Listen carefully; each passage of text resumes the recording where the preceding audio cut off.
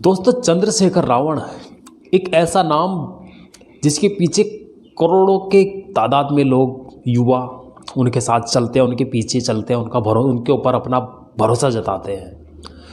और उस भरोसे का नाम है चंद्रशेखर रावण। जी हाँ दोस्तों, मैं बात कर रहा हूँ चंद्रशेखर रावण, भीम आर्मी अध्यक्ष के बारे में। उनके बारे में आज हम बात करेंगे, ठीक है। तो बने रहिएगा मेरे चैनल पर और वीडियो को पूरा ज़रूर देखना। सो चलो बात करते हैं उनके बारे में। मैं आपका दोस्त राजीव। दोस्तों, भाई चंद्रशेखर रावण, भीम आर्मी अध्यक्ष, एक ऐसा नाम है जो कभी न सुना था किसी ने, लेकिन एकदम से पावर में आया, एकदम से छाया। हर गरीब, दलित वर्ग, आदिवासी, एसटी, एससी समाज, कोई भी समाज हो, ओबीसी समाज हो, सभी के हक के लिए लड़ने वाला, सभी की आवाज़ को उठाने वाला, ठीक है। अधिकतर लोग उनको नाम देते हैं कि वो दंगा फैलाते हैं, लेकिन ऐसा कुछ नहीं है। वो दंगा फैलाने वाले नहीं है। वो सिर्फ ये चाहते हैं कि हर वर्ग को इंसाफ मिले। बाबा साहेब के संविधान के मुताबिक काम करते हैं। बाबा साहेब को दिल से मानते हैं, हम भी दिल से मानते हैं बाबा साहेब को। बाबा साहेब का जो मिशन है उसको आगे चलाने के लिए वो तत्पर हैं। उनके साथ सैकड़ों की तादाद में उनके कार्यकर्ता काम करते हैं।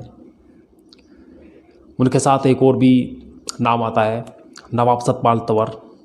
उन सभी को दिल से जय भीम। सबसे पहले तो ये वो मुख्य नाम है जो भीम आर्मी के लिए काम करते हैं और सभी गरीब वर्ग, पिछड़ा वर्ग या फिर जिन लोगों के साथ में प्रताड़नाएं होती है, उनकी हक आवाज़ को उठाते हैं और सरकार तक पहुंचाने की कोशिश करते हैं। बहुत से ऐसे मामले हो जाते हैं जहाँ पे एसटी, एससी के लोगों को, ओबीसी लोगों को दबाया जाता है, उनके साथ घृणित काम होता है, उनकी बहन बेटों के साथ में दरिंदगी होती है, उनके लिए आवाज़ उठाते हैं। लेकिन इनको वहाँ से ये कहा जाता है कि तुम लोग यहाँ से चले जाओ, तुम दंगा फसाद करते हो। ऐसा कुछ नहीं होता है। अपने हक की आवाज़ उठाने के लिए हर आदमी खड़ा होना चाहता है। सबको हक बाबा साहेब ने दिया है, संविधान ने दिया है, और संविधान हमारे बाबा साहेब ने लिखा है, ठीक है दोस्तों। रावण ऐसा नाम है, रावण अपने आप को इसलिए कहा जाता है चंद्रशेखर भाई के द्वारा कि रावण वो इंसान था जो अपनी बहन की रक्षा के लिए, उसके सम्मान के लिए कुछ भी कर सकता था। तो वैसे ही ये रावण भी ऐसा ही है जो अपनी बहन बेटियों के लिए सब कुछ कर सकता है। अगर उनकी इज्जत आबरू पर बात आती है तो कुछ भी करने को तैयार है, और करना भी चाहिए। तो इसमें हम भी हो, अगर हमारी बहन बेटी के साथ कोई छेड़खानी करता है, गलत करता है, तो उसके साथ हम कुछ भी करने के लिए तैयार हैं, ठीक है दोस्तों। तो यही बयान हमारे चंद्रशेखर भाई रावण का भी है कि मैं अपनी बहन बेटियों के लिए कुछ भी कर सकता हूँ, किसी भी हद तक गुजर सकता हूँ। और ये हर भाई का फ़र्ज़ बनता है अपनी बहन की इज्जत आबरू के लिए, आत्मसम्मान के लिए कुछ भी कर दे, चाहे सामने फिर कोई भी खड़ा हो। भीम आर्मी एक ऐसा संगठन है जो हर वर्ग के लिए खड़ा होता है, हर समय खड़ा होता है। इस देश में इतने सारे मामले हो जाते हैं, लेकिन कोई भी बड़े से बड़ा संगठन, बड़े से बड़ी पार्टी, राजनीतिक पार्टी उनके साथ खड़े नहीं होती। लेकिन भाई चंद्रशेखर रावण, भीम आर्मी के जो अध्यक्ष हैं, वो हर वर्ग के साथ खड़े होते हैं। चाहे वो किसी छात्र का मामला हो, चाहे किसी कॉलेज में किसी छात्र के साथ उत्पीड़न का मामला हो।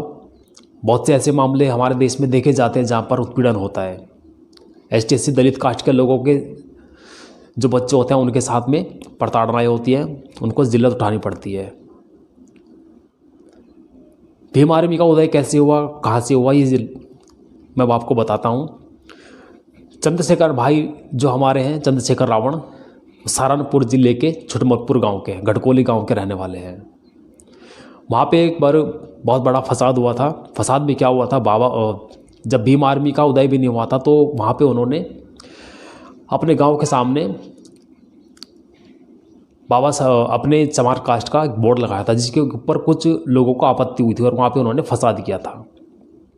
चंद्रशेखर भाई उस स्थिति से गुजर चुके थे जो बाबा साहब ने भी देखी थी। जब वो स्कूल जाते थे तो उनके साथ में भी पानी पीने के साथ के लिए वही चीज़ होती थी। उनके पानी पीने का मटका अलग और क्लास से बाहर पढ़ने का वही मामला सामने। लेकिन वो डरे नहीं और अपनी आवाज़ को बुलंद रखा, और जो लोग उनसे घृणा करते थे, उनके साथ बदतमीज़ी करते थे, उनको मुंह तोड़ जवाब देना जानते थे। जब तक वो स्कूल में पढ़े वहाँ तक उनके साथ में ये प्रताड़नाएँ हुई और ये चीज़ उन्होंने देखी। इसी चीज़ को दूर करने के लिए उन्होंने बाद में भीम आर्मी का संगठन किया और आज भीम आर्मी इतना बड़ा संगठन है, पूरे देश के अंदर, पूरी दुनिया के अंदर जाना जाता है। सैकड़ों की तादाद में कार्यकर्ता इसमें काम करते हैं और भाई चंद्रशेखर रावण को आप सभी लोग जानते हैं, हर वर्ग के लिए खड़े होते हैं। जहाँ पे भी जिस छात्र के साथ, जिस छात्राओं के साथ में, किसी कॉलेज स्टूडेंट, यूनिवर्सिटी के साथ में कुछ भी ऐसी हरकत होती है कि उनको इंसाफ नहीं मिलता है तो चंद्रशेखर भाई वहाँ पे ज़रूर जाते हैं, अगर उनको बुलाया जाए तो।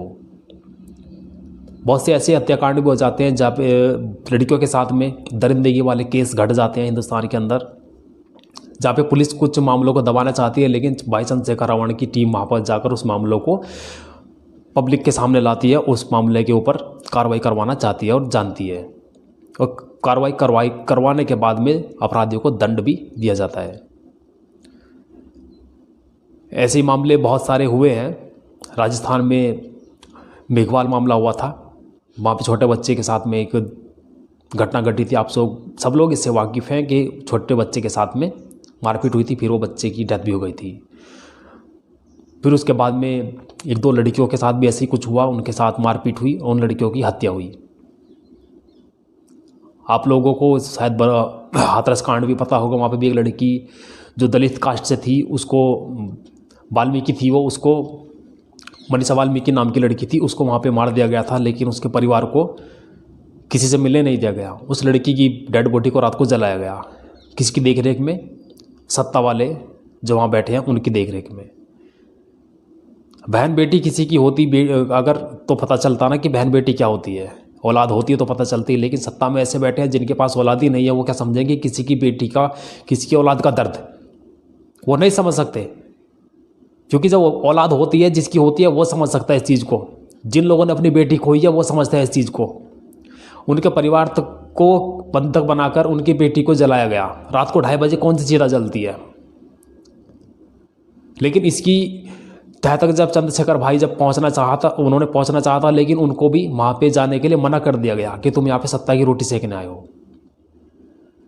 लेकिन ऐसा कुछ नहीं था, वो सिर्फ उस लड़की को, उसके परिवार को इंसाफ दिलाना चाहते थे, इसलिए वहाँ पर गए थे। लेकिन कुछ लोगों ने ऐसे मुद्दे बना दिए कि वहाँ पे सत्ता की रोटियाँ सेकने आए, अपनी जो पावर है उसका रुआब दिखाने आए। ऐसा कुछ नहीं होता है, ठीक है दोस्तों। वो अब सिर्फ ये चाहते थे कि उस लड़की को इंसाफ मिले, उसके परिवार को इंसाफ मिले।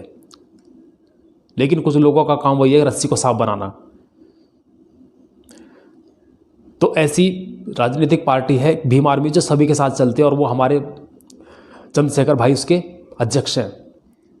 वो ये चाहते हैं कि मेरी भीम आर्मी सबसे आगे ना रहे, कोई बात नहीं, लेकिन सबके साथ हमेशा 24 घंटे खड़ी रहे। और होता यही है, किसी के साथ में देश में कोई भी घटना घटती है, वो भीम आर्मी हमेशा उसके साथ खड़ी रहती है, ठीक है दोस्तों। ये भाई चंद्रशेखर रावण के बारे में मैंने कुछ आपको बातें बताई हैं, उम्मीद करता हूँ आपको ये पसंद आई होंगी। पसंद आए तो इनको जितना हो सके शेयर कीजिएगा। भीम आर्मी ऐसा संगठन है जो हर वर्ग के साथ खड़ा होता है, चाहे वो कोई भी वर्ग हो। उनका किसी जातिवादी से कोई लेना देना नहीं है, लेकिन जहाँ प्रताड़नाएं होती है उनके साथ वो कंधे से कंधा मिलाकर खड़े रहने को तैयार होते हैं, ठीक है दोस्तों। तो ये मैंने कुछ बातें चंद्रशेखर भाई नवाब सतपाल तंवर के बारे में बताई हैं, जो भीम आर्मी के अध्यक्ष हैं और भीम आर्मी के चीफ हैं, ठीक है। तो इन पर आप अपनी प्रतिक्रिया दीजिए, कमेंट कीजिए, आपको वीडियो पसंद आए तो। और सभी को दिल से जय भीम।